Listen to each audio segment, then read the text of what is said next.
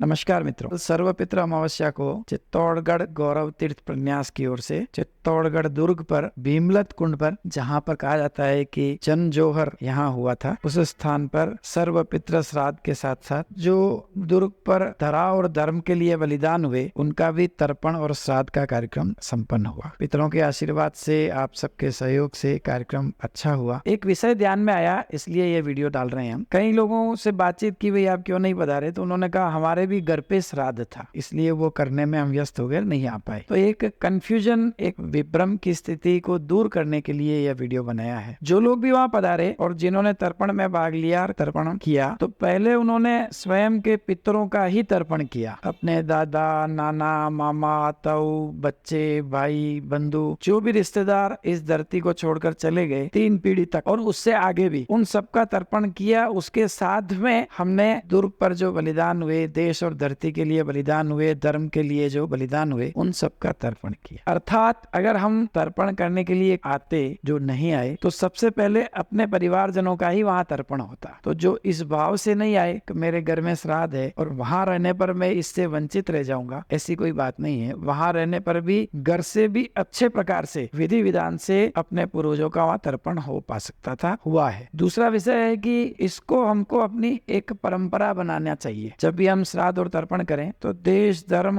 के लिए जो बलिदान हुए उनको भी साथ में हमको याद रखना चाहिए, उनको भी श्रद्धा सुमन अर्पित करने चाहिए, उनका भी तर्पण हमको साथ करना चाहिए। दुर्ग में हमने कार्यक्रम किया और हमारी इच्छा है प्रतिवर्ष इस कार्यक्रम को करते हुए सामूहिक परिवारजनों का भी तर्पण वहां हो जाए और फिर साथ साथ में धरा और धर्म के लिए बलिदान होने वाले लोगों का भी तर्पण वहां हो जाए। तो इस भाव से यह वीडियो बनाया है कि अगली बार जब आपको याद करें और इसके लिए आप पधारें तो यह भाव मन में नहीं रहे कि हमारे घर के जो पूर्वज है वो तर्पण से वंचित रह जाएंगे। वहां आने पर सर्वप्रथम उन्हीं का तर्पण होगा, पश्चात धरा और धर्म के लिए बलिदान होने वाले वीर वीरांगनाओं का तर्पण होगा। तो इस कारण से यह वीडियो डाला जा रहा है कि अगली बार जब भी यह कार्यक्रम हो तो निश्चित रूप से अधिकाधिक संख्या में वहां पहुंचकर तर्पण में भाग लें। वस्तुतः शास्त्र में जो तर्पण का स्थान बताया गया है वह जल का किनारा, सरोवर का किनारा, नदी का किनारा या समुद्र का किनारा, ऐसा बताया गया। घर में वह हमारे संभव नहीं होता, इसलिए परात में जल लेकर के हम तर्पण करते हैं। तो जब भीमलत कुंड पर हम तर्पण करते हैं तो वह एक शुद्ध सात्विक जल का किनारा है, तो वह उस दृष्टि से भी वहां होना हम सबका उचित है। हम सब अगली बार निश्चित पधारें। इस बार जो भी लोग आए, जिन्होंने भी अर्थ,